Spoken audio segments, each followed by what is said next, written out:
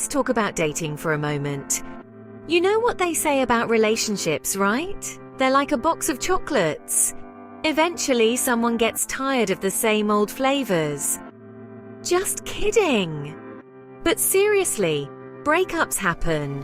Whether it was your decision or theirs, going through a split can feel like a real roller coaster ride. So, if you're feeling a little lost and bruised after a relationship ends, you're in the right place. In this video, we're sharing 5 witty tips to help you bounce back better than ever and rediscover the amazingness that is you. Okay, first things first, let's talk about self-reflection. Now, I know what you're thinking. Ellen, self-reflection? That sounds about as fun as a root canal, but trust me on this one. After a breakup, it's easy to get caught up in the blame game. We start replaying every fight, every awkward date, every questionable outfit choice. We've all been there, right? But here's the thing. Dwelling on the past is like driving with your eyes glued to the rearview mirror. You might learn from your mistakes, but you're also more likely to crash and burn. Instead of obsessing over what went wrong, try shifting your focus to what you can learn from the experience.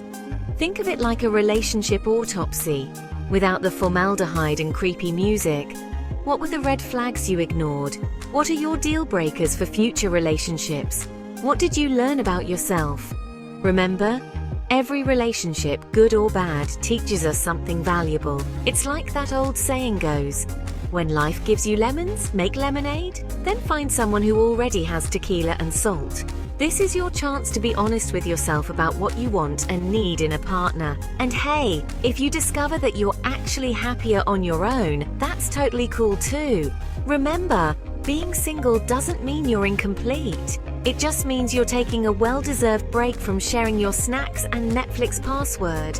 So grab a journal, find a comfy spot, and let's get introspective, people. But a word of caution. If you find yourself writing a strongly worded letter to your ex, it's time to put down the pen and maybe go for a walk, or a dance party, or maybe just eat some ice cream.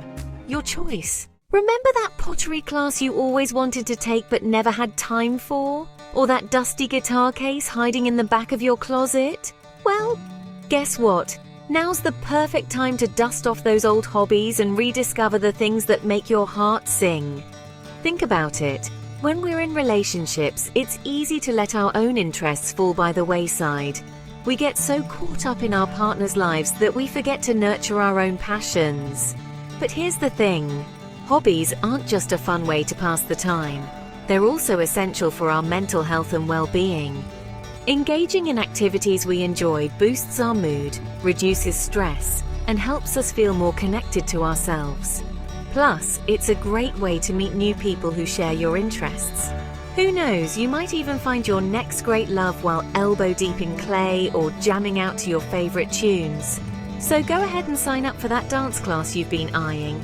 Dust off your easel and unleash your inner Picasso. Join a book club and geek out over your favorite novels. The possibilities are endless. And hey, if you happen to create a masterpiece or two along the way, well, that's just an added bonus. Remember, this is your time to reconnect with the things that make you, you. So, what are you waiting for? Go out there and rediscover your passions. And if you happen to stumble upon a hidden talent for interpretive dance or competitive knitting, be sure to send me a video. I'd love to see it. Okay, let's be honest. After a breakup, your living space can start to feel a little haunted. Everywhere you look, there are reminders of your ex. Their favorite coffee mug on the counter, their worn-out t-shirt still draped over a chair, the framed photo of the two of you on vacation that you haven't gotten around to taking down yet. Just me? Okay, moving on. But here's the deal. Your environment has a huge impact on your mood and well-being. When your surroundings are cluttered and filled with reminders of the past, it can be tough to move on. So, why not give your space a little refresh? Think of it as a symbolic fresh start. Start by decluttering and getting rid of anything that reminds you of your ex. Donate those old clothes, pack away those sentimental gifts, and replace that framed photo with a picture of something that makes you smile, like your dog wearing a funny hat, or that amazing plate of nachos you devoured last weekend. Once you've decluttered, it's time to get creative. Rearrange your furniture, try out a new paint color, or invest in some new throw pillows and curtains. Even small changes can make a big difference in how you feel about your space. And hey, if you're feeling really ambitious, why not go all out with a complete room makeover? You can channel your inner Joanna Gaines and create a space that's both stylish and reflective of your unique personality. Remember, your home should be your sanctuary, a place where you can relax, recharge, and just be yourself. So go ahead and give it a little love. You deserve it. You know what they say? Friends are the family you choose. And never is that truer than after a breakup. When you're feeling lost and heartbroken, your friends are the ones who will rally around you with tissues, ice cream, and a listening ear, or maybe even a shoulder to cry on, depending on how messy things get. So don't be afraid to lean on your support network during this time.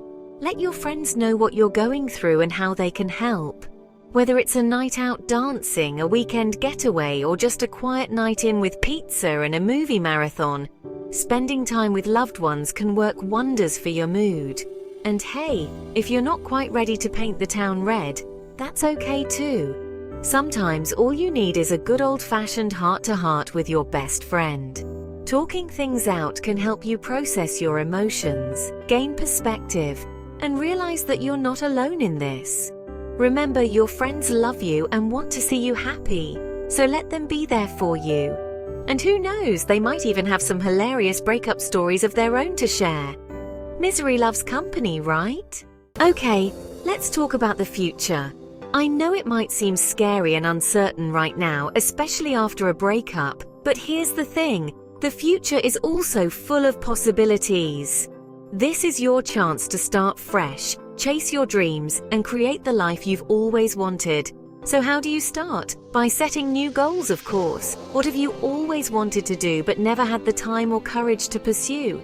Maybe you've always dreamed of traveling the world, learning a new language, or finally writing that novel that's been brewing in your head. Whatever your goals may be, big or small, write them down and start making a plan to achieve them. Break down larger goals into smaller, more manageable steps. And don't be afraid to ask for help along the way. Remember, goals give us direction and purpose. They give us something to look forward to and strive for. And achieving them, no matter how big or small, boosts our confidence and helps us grow. So go ahead and dream big. The world is your oyster. And who knows, you might just surprise yourself with what you can accomplish. And there you have it, folks. 5 witty tips to help you bounce back better than ever after a breakup. Remember to take care of yourself, reconnect with your passions, lean on your friends, and never stop setting new goals.